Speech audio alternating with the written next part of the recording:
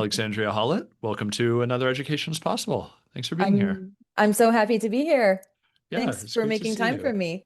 Thanks for being on. So we're going to talk about anarchism and education as an anarchistic force. But maybe just start by talking about what those two things have to do with each other.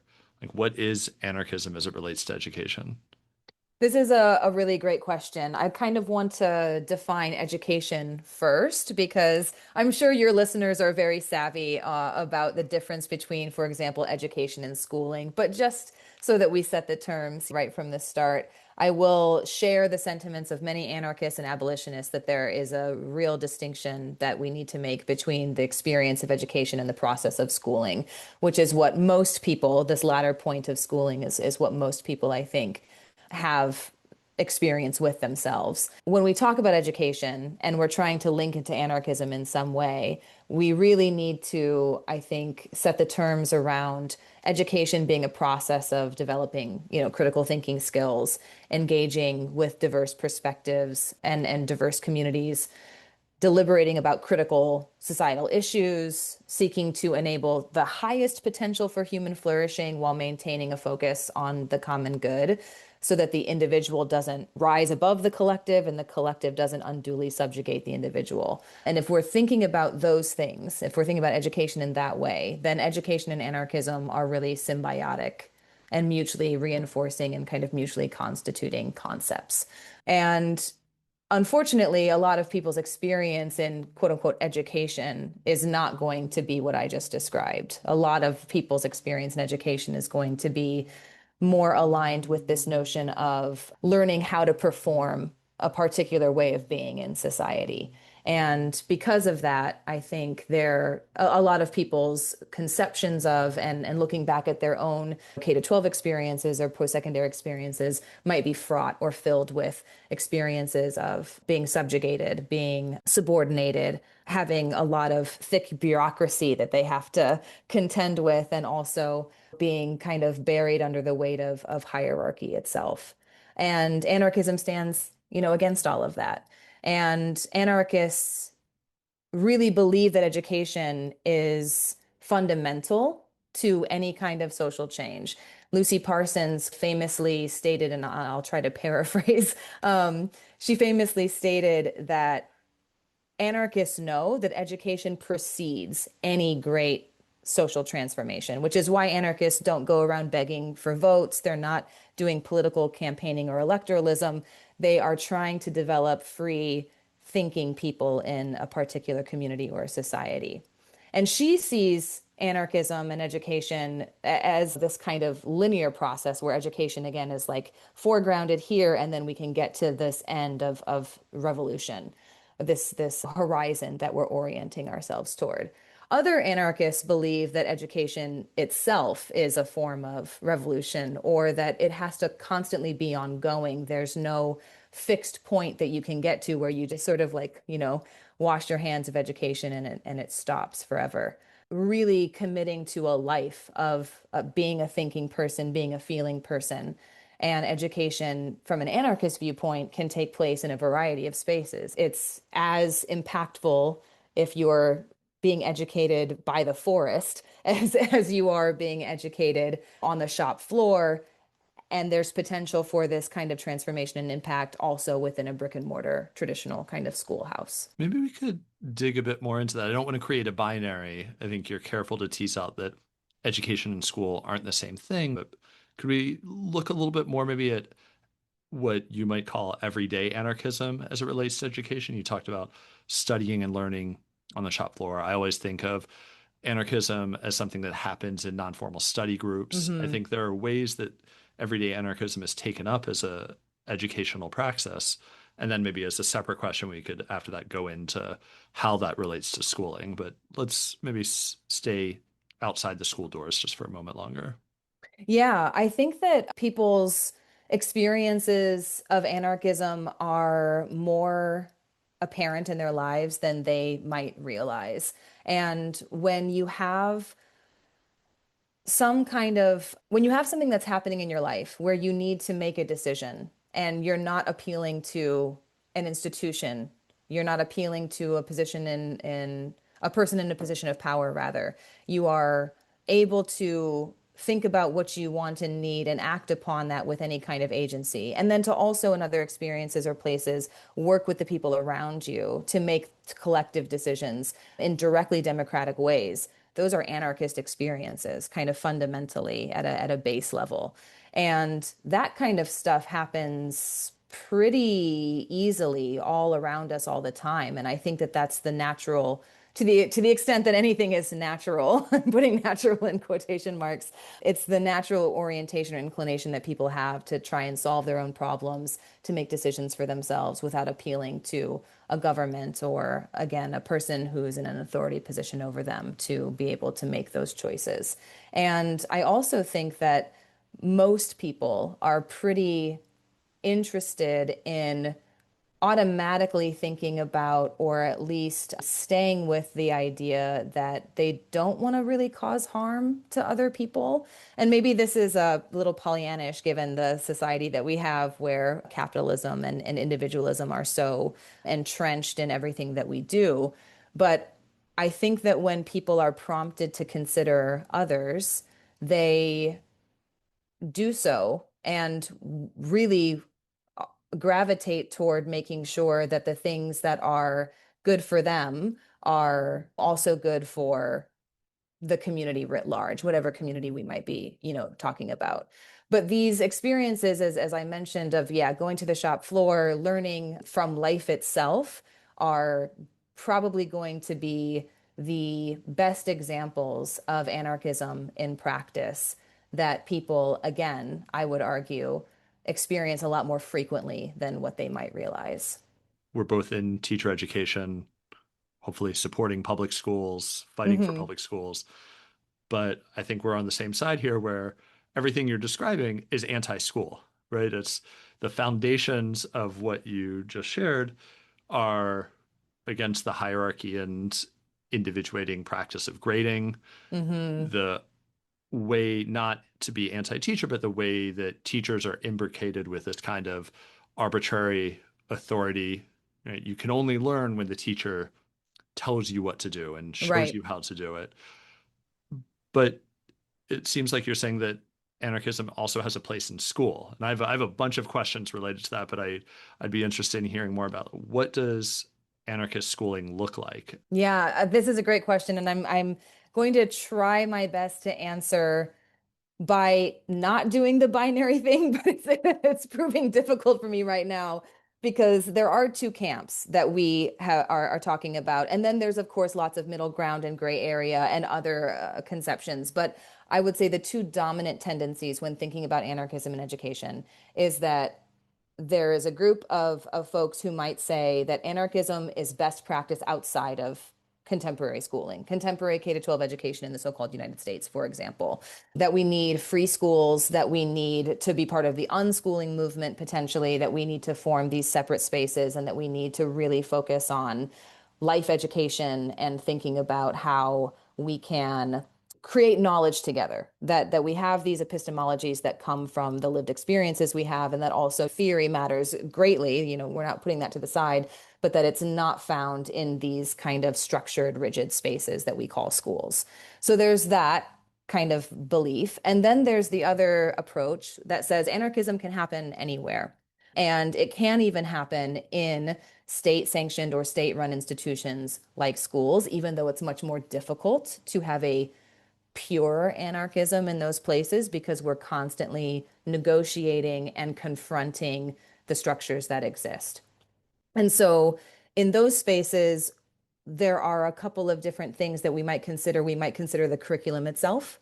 We might want to bring anarchism directly into the lives of students by teaching them about anarchism, by posing it as something that is real and relevant to them, that is worthy of study, that they should learn about, which almost never happens in schools. Even when there are revolutionary teachers or radical teachers who want to bring in like labor history, for example, into a high school social studies class, they're often not explicitly teaching about anarchism as a foundational component of labor history in the so-called United States. So this is often an invisible political orientation, practice, and process. that students don't get exposed to. There's that idea of the curriculum. And then there's, I think, which to me is of greater importance, the pedagogical piece, where teachers make decisions about how they are going to invite students to practice anarchism. And I did say teachers have to do this in many ways because it does fall to the teacher. It's under the purview of the teacher as the person with the most power in that particular classroom or context to open up opportunities for anarchism. Although, of course, students can make lots of decisions themselves, and they often do to act against authority or act against hierarchy for better or worse. But pedagogically speaking, what this might look like in a classroom, and I'm coming at this from a civics lens at this point in time, we might be really thinking about the principles of direct democracy. So, how can teachers set up a classroom so that they actually give away power and make decisions collectively with students? And that can range from how the classroom is run to even the things that students want to study. So if you can co-create a syllabus with students, that's getting toward an anarchist practice, even if it's not, again, this idea of pure anarchism, because maybe the teacher is constrained by particular expectations that are pushed on them that they have to abide by, where they have to make sure that they cover X, Y, and Z. And so there's a negotiation here with students to decide how the curriculum will function and how it will be structured. But also, very common things like creating classroom norms together is an anarchist practice. It is often touted as being something that is more associated with capital D democracy, but it really, at its core, fundamentally, is demonstrating this concern for the individual, for the collective, for the tension that exists between, for how to make sure that the person who is given institutional power and authority cedes that in some kind of tangible and concrete way by making sure that everybody has an equitable and distributed voice within the shared space. So, those are some examples of how I think anarchist principles and practices can play out even when constrained by these broader superstructures that are very invested in trying to make freedom not experienced by students or teachers in schools. I love that. And I think there's such a great way that you're talking about this subversive structural giving up of power. I always think of these common practices of distributive democracy that Hmm. teachers like, we're a democratic classroom. And then the kids are loud for 2 seconds. They're like, all right, democracy over, right? It's like, Right. is it democracy? I say this all the time. Like, if I say we're in a democracy, isn't that anti-democratic? Like I give you democracy now, but Mm-hmm. to co-construct something like a syllabus and say like this is how the process of our everyday classroom will operate. It's built into the procedures of everyday life. It's Hmm. the teacher actually infusing direct democracy and finding ways to like resist the way that they're governed and that their students are governed. I Hmm. remember even working in a god awful, just like the shittiest charter school my first year of being a teacher, we did classroom constitutions. And it was like, be nice to each other, be kind. It was always so very teacher directed, but that idea was still familiar. And I think that's one area I just want to push a little bit since you're a social studies educator, teacher educator, and you're in civics. I'd be really interested in just hearing a bit more about what that looks like. Because when I think civics education, I think this generic Oh. be kind to each other, or I think this building this hegemonic notion of, well, let's do US capitalism. Like, look at these Hmm. founding fathers. And civics is voting every 4 years and participating in our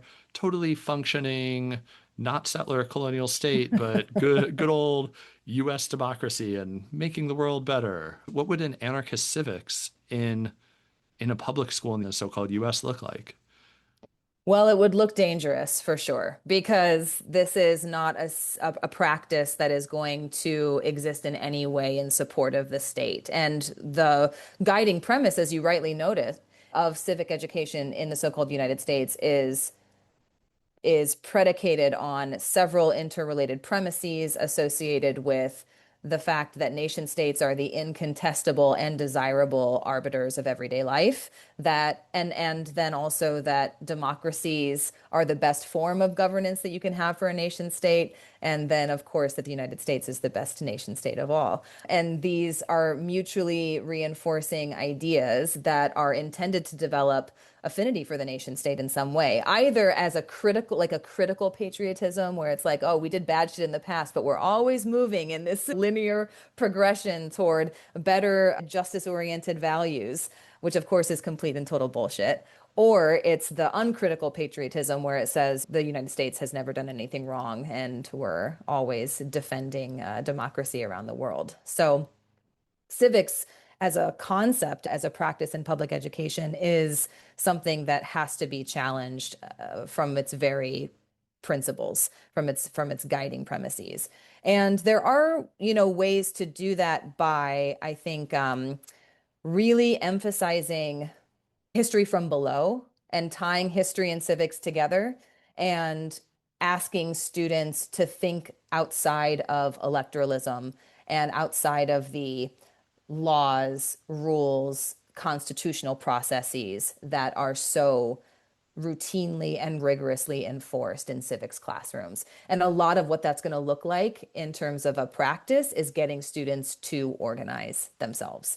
And that invitation to organize also has to be done really carefully and ethically, because you can't mandate to students that they take on a particular topic or that they do specific things associated with civic practices, because then you're just, again, becoming this authority in the classroom that's telling them what to do. But I think by giving students a lot of options about what organizing can and does look like, what it has looked like in the past, what it looks like now, and then really providing students with authentic opportunities to build power together and to tackle shit that matters to them, you're getting closer to this idea of a real civics that is in many ways going to have to confront the state in some capacity. It's naturally, if they're trying to solve a problem in their community, they're going to be combating most likely some kind of state structure at some point in time. And so they're going to be learning through that practice, through that experience, what it means to question and critique the state and even potentially think about whether the state is this, as I mentioned, incontestable and desired arbiter of their lives. Mm, yeah. Let's do it. I'm in. I know. So But then, so sorry, I don't yeah. mean to No, interrupt you, but I'm please. just going to No. say, but then, of course, there's a bullseye on your back if you're a teacher like that. So we can't get away from the fact that this, as I mentioned before, is dangerous work for people to do. And so there are other considerations, especially if you're working within K to 12 spaces or even in post-secondary, where you also have to be an organizer. You also have to build power with your colleagues. You also have to practice these values and do the types of things that you would want students to do as a means and mechanism for protecting yourself and for getting the community involved so that you can actually do this good work. Yeah, it's unevenly dangerous, right? It's Yeah. certainly there are people who are made more precarious if they take up this work, and Hmm. it's also made less precarious, I think, as a lot of folks who have come on this podcast have shared, in collective work. And that's, I think, Hmm. a common misunderstanding of anarchism, that it's just do your own thing, do whatever you want, no rules. And I sometimes actually push back against other anarchists and say, like, that is kind of the fun. It's like being ungovernable is awesome, but also the one teacher engaging in sabotage is dangerous Hmm. for them. A building of teachers engaging in sabotage is dangerous for the system. Right. And right, it's collective work is among teachers, among students, organizing together against these powers and hierarchies and all of Right. that. I think Yeah, if the goal is to have more than fun, which I agree, it is really fun. It's really fun to be an insurrectionist. But if the goal is more than that, if the goal is actual revolution, then we can't shirk our duty to build power together. yeah. So typically in these conceptual episodes, I ask, when is when is education a force against this? But that seems like that's come out the entire episode as well. the way things are. Of course, we can find anarchism in everyday life, and we are engaged in anarchist praxis in everyday life. But it seems like if you say what is anti-anarchist, it's well, everyday school. It's when you wake up and a bell tells you where to go, and a Hmm. power tells you what you have permission to do, distributes who's good, who's bad, Hmm. who's moving on and not. So instead of asking that question, I just want to skip to the last one, which is equally broad and difficult. But if folks are interested in this or curious and are curious, is that a And are and are curious. that's a new That's one? for that's for Yeah. the queer community. Yeah, or Yeah. like, people who are, Yeah. yeah. Yeah. Are you and are curious? Hmm. Where do they go? And this can be, reading, study groups, collectives, books, essays, videos. You mentioned early on one very prominent figure, Lucy Parsons, but what should folks check out as a place to begin or to continue? I love this question. And hmm. Let me go ahead and give the game away by saying that the very first recommendation that I have demonstrates my particular political platform orientation, which is that I think that any serious anarchist or someone who wants to know about particular traditions of anarchism should look at the Black Rose Rosa Negra Anarchist Collective. And I am a member of that collective. So that's why I'm saying I need to like not pretend to just give a shout out and not have any affiliation with this org. Although, of course, I'm speaking only as myself in this interview. But I think that Black Rose is particularly helpful to combat ideas of small a, like lifestyle anarchism that a lot of people have, where it does feel very individualistic and that can be a real turnoff for folks. But Black Rose is a platformist, especifista anarchist organization that does what we call social insertion. And that means it's really kind of what I was talking about in relation to schools, which is where you organize where you're located. You say, this is the milieu, this is like the community that I'm a part of, and so I'm going to try and bring anarchist principles into this space, as opposed to removing myself from this space where a lot of people are and where we could organize around shared needs and then just build this kind of like isolationist, separate commune, for lack of a better word, So I think that for people to engage with this idea of platformism in the United States, the Black Rose is a really great resource for that. Other places that I really love looking at is the Institute for Anarchist Studies. They have an Instagram presence, so they're pretty easy to find. And they're doing a fun thing right now where they're putting out anarchist movies. So they're getting really into like popular culture and showing how anarchism shows up in these particular films and how you can see it for yourselves. And again, demonstrating that anarchist ideas are kind of all around us all the time, even though they're really suppressed and persecuted in a variety of ways. I think anything that Zoe Samudzi writes is really brilliant, and so I would recommend looking at her work. And there is a new book by Jonina Kimboa Irvin. She and Lorenzo Kimboa Irvin have been doing a tour. They were Black Panthers, and Lorenzo has a really famous book called Anarchism in the Black Radical Tradition. And there's the Anarchist Library, which has a collection online of all these free, great writings by historical and contemporary anarchists. I think Margaret Killjoy is doing a lot of work, and Zoe Baker is also doing a lot of work in relation to labor and anarchism. So these are some names that I gravitate toward and try to make sure I'm paying attention to what they're saying.